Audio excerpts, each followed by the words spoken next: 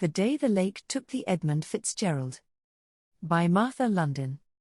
In November of 1975, the SS Edmund Fitzgerald left port in Wisconsin for a routine shipment run. Neither she nor her 29 crewmen made it to their destination. Lake Superior on a calm day has a depth clarity of over 100 feet.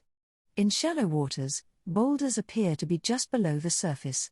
Near shore, trash creates a timeline of occupation: plates, tires, bikes, phones. Old dock pilings dot the lake bed in even lines. And on days when her surface is glass smooth, it's possible to see some of the 350 wrecked ships resting on the lake floor. They all look blue so far down. I grew up with the lake. I visited her, lived by her shores, returned to her year after year. I've seen the ships underwater. They're as real as anything. One has its toilet seat up. Everything sits in the same way as the day it sank. The lake's cold water acts as a refrigerator, preserving the ships and sailors who went down with them. The bed of Lake Superior is part museum, part graveyard. I've never seen the SS Edmund Fitzgerald, but I've seen her bell. Recovered and back on land, it sits in a glass case, polished and shining. Every year it tolls 29 times. The Edmund Fitzgerald leaves port from Northwestern, Wisconsin on November 9, 1975. Her belly is heavy, loaded down with 26,000 tons of taconite pellets. She is a giantess, one of the country's largest freshwater ships, the so-called Queen of the Lakes, though in truth, her long body is less than glamorous, a dull maroon the color of dried blood. A workhorse on the water. After 17 years, she breaks her own records, carries tremendous loads, and still, they push her forward. The captain, Ernest McConnell, is on his last voyage before retiring, heading east once more across the vast expanse of Lake Superior toward the Salt Lock System, gateway to Lake Michigan. A quiet man with a mischievous streak, he's spent 4 decades on the Great Lakes. He has sailed across Superior November after November, taught many men how to work a ship, seen everything the lakes are capable of creating. He knows the Fitz is tired, but after 40 years on 9 different vessels, he's got a certain steady confidence. The crew of 29 men hears of a storm to the west, gathering energy over the Great Plains, rolling over Kansas, heading north. But from the safety of the harbor, McConnell looks out at the clear skies ahead and sees a quiet woman. Novembers are always bad, but maybe this storm will veer. Standing in the sweet cold breeze, he thinks, hopes, they'll make it through this trip without much protest from the lake. Naming a ship after a man used to be bad luck in sailing, the Edmund Fitzgerald is named after the president of Northwestern Mutual Life Insurance, who wanted to build the biggest freighter on the biggest lake. And there was her ill-fated nickname, Titanic of the Great Lakes. Maybe greed cursed the ship. There were omens from the start. At the christening, Elizabeth Fitzgerald had trouble with the champagne bottle. She swung and the bottle would not break. Then the Fitz refused to launch.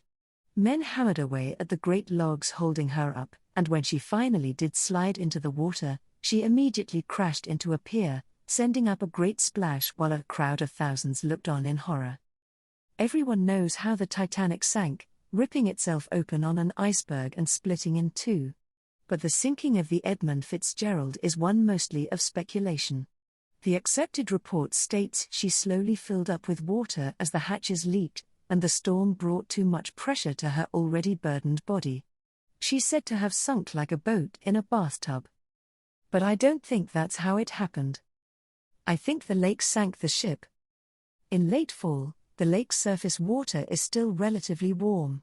So when Arctic air from Canada descends, it collides with the warmer air hovering over the lake, and massive low-pressure systems build. For a time, the winds scream and whip the lake into a jagged frenzy, creating rogue waves. A rogue wave is any wave that is twice the size of surrounding waves. They rise out of large bodies of water when the currents and winds push several waves together to become one. These monster waves can exert a breaking force many times greater than what a Laker vessel can sustain. Large enough to register as objects on radar, they are impossible to outrun. Although we have a general understanding of how they form, We don't yet have the tools with which to predict them. They resist understanding, nearly hopeless to study because they appear seemingly out of nowhere. Where rogue waves shouldn't occur, they do. They are usually singular, unless they're in a group of three, what we call three sisters. And the wind that whips up these terrible waves? Sailors call it the Witch of November. We name women WHO spend too much time with nature witch. Dub her dangerous. Unpredictable. Call her other. The land is something to fear, or exploit. To be a witch is to love the natural world more than the things human hands have made. And so we burn her. Or we revere her. We tell stories about her to frighten children in the woods or the water. Though some of us may ask her for help. Or maybe just mercy. In Greek and Roman mythology, when the Titan Cronus unseated his sky father, Ouranos, the god's blood rained down onto his wife, Gaia, Mother Earth, and from that spilled blood rose the Erinyes, the three Furies, Tisiphone, avenger of murder, Alecto, unceasing anger, Megara, jealousy. These three sisters hear complaints, pass judgment, dole punishment. To incur their wrath is to be relentlessly hounded. Another trio, the Moirai, the three fates, together hold a person's life.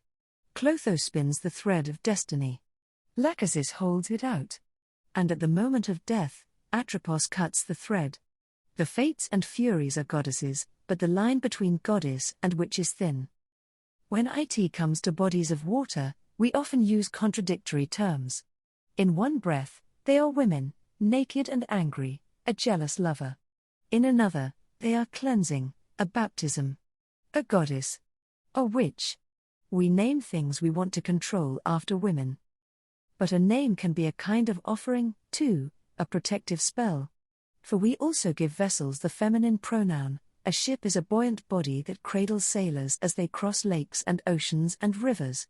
A type of mother, she carries her children safely through another woman's unruly body. Or at least that is what she was made to do. When I learned the word genderqueer at 20, I learned a new way of understanding my body. I tried out the label trans, but it didn't stick. It felt too much like I was picking an identity that forced me into a box, restricted me in a new way. Genderqueer felt broad, expansive, fluid. It felt encompassing. Encompassing, like my lake. I could let the lake and the language hold me in ways I did not hold myself, that is, gently. When people talk about questioning their gender identity, they often use words like grappling, coming to grips with. There's a holding and slipping and missing and reaching and reaching and reaching. The turmoil I felt, and continue to feel, about my body, my gender, is more like Lake Superior in November than a calm day in July. But when I float in the lake, I am a body in a body and she is soft, even when I am not. I spent my most formative years with this lake. I swam in her waters as a child, diving for rocks. I hiked along her shores and built castles in her sand. Later, in college, I let her waves lull me to sleep as the northern lights shimmered over a dying fire. I used to think I knew everything I needed to know about her body. I was superstitious in my adoration of her. If I love her enough, she will stay the same forever. But lakes are bodies. And bodies do not, cannot, stay the same. At 20, I did not want new pronouns to accompany my newfound identity. A singular they pronoun didn't yet exist in the queer community's vocabulary. There were complicated options that tripped on my tongue, caught in the back of my throat, and besides, I felt something powerful in keeping my feminine pronouns, my feminine name, in forcing strangers to reconcile a dissonance that I felt all the time. I don't want to name Lake Superior's body it. It as a pronoun takes away agency. Takes away a life. There is too much power in the water. Too much I can't name. On the morning of the 10th, the gale warnings are upgraded to a storm warning, and the temperature drops. The winds are high, gusting at 50 knots. The waves rise to 18 feet. Lake Superior's blue water turns grey. Without sunlight, the clouds meet seas at the horizon line, and the division between water and sky blurs. The Edmund Fitzgerald tandems another ship, the SS Arthur M. Anderson. The two ships keep tabs on each other, on radar and radio, stay close along a northerly route heading east for the safety of Whitefish Bay. The harbour there has some of the only docks between the port and the salt locks big enough to shelter such giants. It starts snowing hard in the afternoon, and the Fitzgerald is 17 miles ahead of the Anderson, visible only on radar. A wave crashes over the deck and breaks one of the fences. The water drags the screeching, twisted metal into the mouth of her, swallows it. Superior presses against the belly of the ship, pushes her sideways. McConnell radios Anderson Captain Bernie Cooper, "I have a fence rail down, 2 vents lost or damaged, and a list. I'm checking down. Will you stay by me till I get to Whitefish?" The Fitz slows down, lets the Anderson gain on her again. There is a sense of safety in proximity. In the Upper Peninsula, when storms roll in, the lake often feels warmer than the air. When my brother Peter and I went body surfing as children, I huddled in her water against the chill of the wind, waded out to just above my knees, no farther. Mom called, as another wave rose up behind us. Dad waved beneath a grey sweatshirt, Psychology Today or Newsweek in his lap, a pile of towels folded next to him. It's easy, now, to forget about all the times I caught the wave wrong and Superior tumbled me over and over on the hard sand bottom. Turned me around until I wasn't sure which way was up. Everything turned monochrome. The grey of the water and sky, in my memory even the sand looks grey. And maybe there, in all that grey, were the fates, holding a thread as thin as the wind. Maybe I became part of the lake for a moment. Maybe the fates considered me as the lake turned me over, watched as I reached out my hands, instinctively searching for the bottom, stretching my legs for sand to stand on. When I finally found it, I pushed up toward the grey sky, stood in the surf coughing the water from my mouth, my nose, my lungs. I shivered, thankful the water wasn't deeper, then huddled back down, squatting there in my pink suit, my blue suit, my tie-dye suit, year after year after year. In Superior, I was always sure of my identity, I was part of her. Breath caught, I waded back out to the waves. Together, my brother and I glided toward the beach, walked up the sand to wrap ourselves in warm towels. By 5:30 that evening, gusts rise to 70 knots, and waves peak at 25 feet. They swat at, then destroy, the lifeboats of both ships. At 7:10, the Anderson checks in with the Fitz. The pumps are going, doing their best to clear the water flooding the decks and the hold. Captain McConnell says, "We're holding our own." A few minutes later the Anderson loses the Fitzgerald on radar. When the Anderson reaches Whitefish Point just before 8 o'clock, the Fitz, the larger ship that was 10 miles ahead just an hour ago, is not there. The Queen of the Lakes never arrives. The evening may have gone something like this, a witch cackles in the sky. The lake below is a bubbling cauldron, waiting for a nasty spell. Beneath the rough water she finds copper, iron, and basalt. The copper was laid down ages ago when glacial ice dredged the land, and the iron formed long before that, when Earth was still new. Cooled basalt rises up, ready for rebirth. Above it all, the witch snatches snowflakes, fierce winds, the night itself. Blood meets water, her recipe complete. A transformation brews. She trains her eye on this grand rusty queen, jealous of her size and extravagance. The witch sees the endless hunger of men. How they have hollowed out the land, searching deeper and deeper for more ore, more copper, more nickel. How they have weighed down their queen with this quarry, worn her out. But no man looks at a lake and thinks she could be any more than she is. The witch knows better. The lake, the sky, these are endless, and the ship is temporary. Peering down between clouds, she releases her spell. 3 sisters gather their strength. 3 furies, 3 fates, charge toward the freighter. They are walls of water, taller than any of the other waves. Their white caps trail terrible veils from their crests.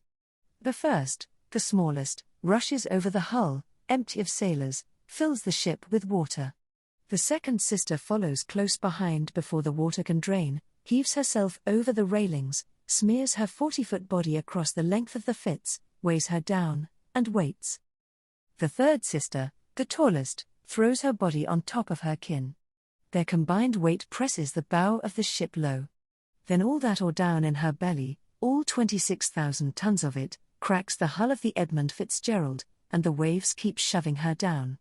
And it's too much. After reaching the harbor and not seeing the Fitz, Captain Cooper asked the Coast Guard if they were looking. Their responses sounded like excuses. Their boats weren't big enough to navigate the seas. They were searching for another small vessel that didn't make it. The Fitzgerald wasn't a priority. She's so big, the Coast Guard thinks maybe she ran aground or got off track. They assume she'll be into port soon. They say the Anderson should go searching. Cooper knows what it means when a vessel doesn't reach the harbor. He does not want his ship to join the Fitz. But he goes back out anyway, hoping to see something, someone. He finds nothing but gasoline tanks and empty life preservers. Later, a crumpled lifeboat will wash up on shore, its metal frame bent and battered, a hole punched through its bow. What were those final minutes like? Certainly the men would have known the options were grim for a sinking ship in the middle of a lake in the middle of a storm. Did they hope beyond hope that the Anderson would catch them, drag the body of the Fitz to bay, and climb through the half-submerged frame to find them all clinging to pillars? Maybe as the winds scream, the men cry. Or pray. Maybe one thinks of the single crease in his wife's forehead, another of ice skating with a child on these same frozen waters. Maybe they think of slow cups of coffee on a Sunday morning, the quiet crinkle of a newspaper, the comfort of sharing space with their love. Everything happens so quickly. Captain Cooper thinks the men didn't even know they were sinking until the very end. He thinks the Fitzgerald started slowly sinking in Wisconsin. A tear somewhere in her body, bogging her down as she chugged across the lake. Even so, she still might have made it had there not been a storm. When the third sister arrives, perhaps they think it is just another big wave, and they will pop up in a second. But they don't pop back up. Maybe the men sit on their bunks and listen to the lake pounding against the ship, the steady whir of rushing water like radio static. Maybe they hear a cackle in that howling wind. And then, the deepest moan as the ship cracks herself in half. And then, water. And the sisters fill up the bodies. They are all one now, the bodies and the sisters and the lake. She is made whole by the storm, a whole made and remade again and again. In this one body, there is no need for names. Everything is quiet and blue, and in the dark, still.